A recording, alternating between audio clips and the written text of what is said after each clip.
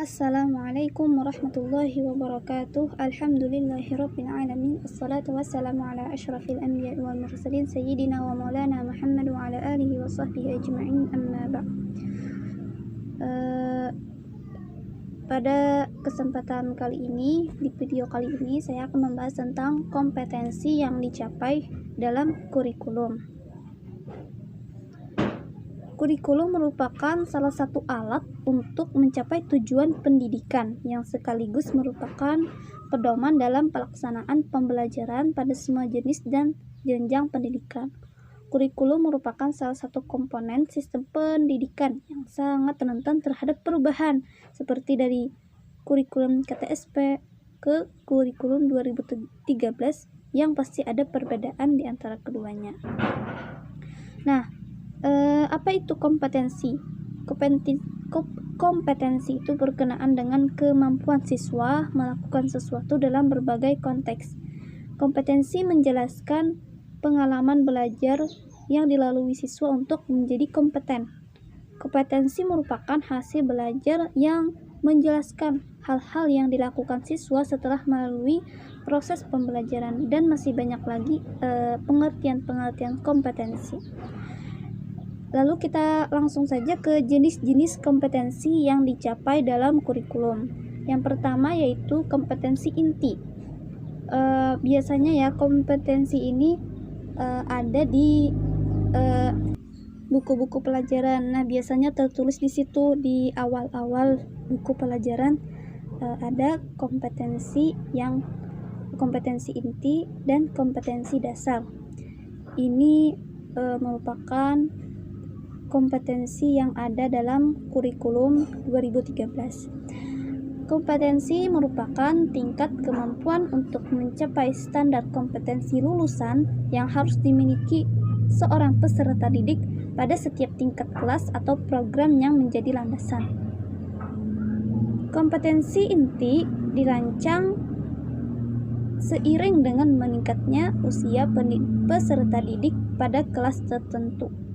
Melalui kompetensi inti, integrasi vertikal berbagai kompetensi dasar pada kelas yang berbeda dapat dijaga. Nah, rumusan kompetensi inti menggunakan notasi sebagai berikut. Yang pertama, kompetensi inti atau disebut KI1 untuk kompetensi inti sikap spiritual. Yang kedua, kompetensi inti sikap sosial. Yang ketiga, kompetensi inti pengetahuan. Yang keempat, kompetensi inti keterampilan. Nah, keempat kelompok itu menjadi acuan dari kompetensi dasar dan harus dikembangkan dalam setiap peristiwa pembelajaran secara integratif. Kompetensi inti berfungsi sebagai unsur pengorganisasi kompetensi dasar.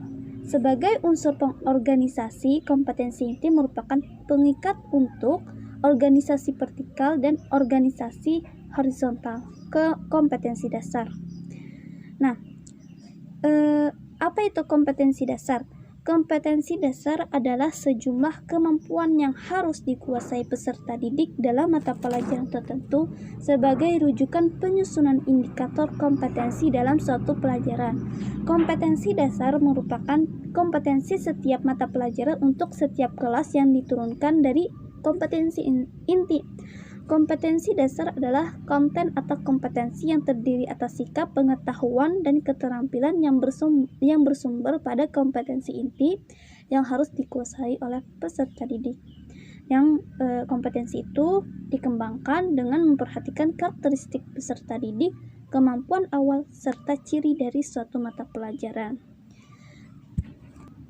Nah, untuk mengetahui kompetensi-kompetensi itu telah dicapai, maka ada yang namanya indikator. Indikator itu adalah ukuran atau ciri. Nah, oleh karena itu indikator dirumuskan dengan menggunakan kata kerja operasional yang dapat diukur seperti mengidentifikasi, membedakan, menghitung, menyimpulkan, menceritakan, dan lain-lainnya. Guru bisa mengembangkan setiap kompetensi dasar menjadi 2 atau lebih indikator pencapaian hasil belajar. Indikator merupakan penanda pencapaian kompetensi dasar yang ditandai oleh perubahan perilaku yang dapat diukur yang mencakup sikap, pengetahuan, dan keterampilan. Apa sih fungsi indikator? Indikator berfungsi sebagai tolak ukur keberhasilan penguasaan kompetensi dasar, acuan penentuan tujuan pembelajaran dan materi pembelajaran, dan sebagai acuan penyusunan instrumen penilaian pembelajaran atau dalam pembuatan soal-soal evaluasi. Karena ketika soal-soal evaluasi sudah dibuat mengacu pada indikator dan peserta didik mampu mengerjakannya dengan benar, maka peserta didik yang bersangkutan sudah menguasai kompetensi dasar. Mungkin sampai di sini pembahasan kita kali ini. Salah hilaf mohon maaf. Semoga bermanfaat. Syukran ala husni ihtimamikum. Assalamualaikum warahmatullahi wabarakatuh.